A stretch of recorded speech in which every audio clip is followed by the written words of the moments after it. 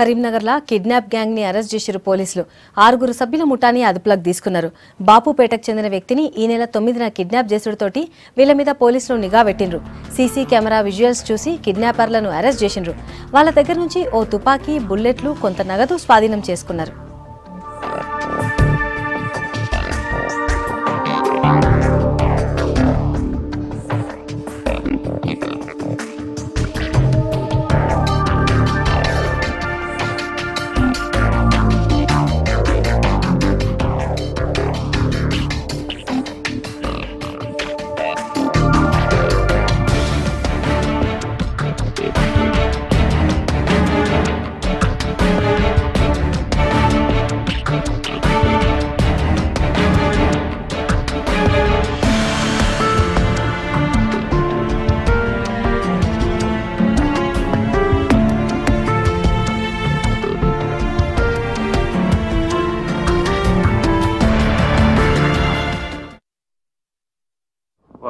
వాళ్ళు పోలీసులు అని చెప్పి ఇంట్రడ్యూస్ చేసుకొని ఆయన పేరుతో సహా చెప్పి ఇంట్రడ్యూస్ చేసుకొని పోలీసులు అని చెప్పి తీసుకెళ్ళడం జరిగింది. దాని తర్వాత అతన్ని ఫోర్స్ఫుల్గా వెహికల్లో కింద కూర్చోబెట్టినారు.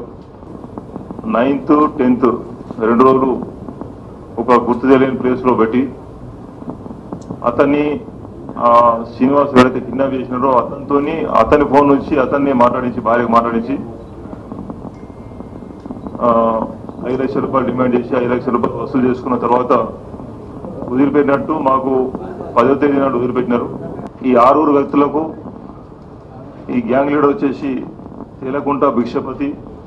గతంలో 2000 సంవత్సరం నుంచి 2004 సంవత్సరం వరకు పీపుల్స్ వార్ పర్కాల్ దళంలో దళ సభ్యులుగా పనిచేసి 2004లో సరెండర్ అయినాడు.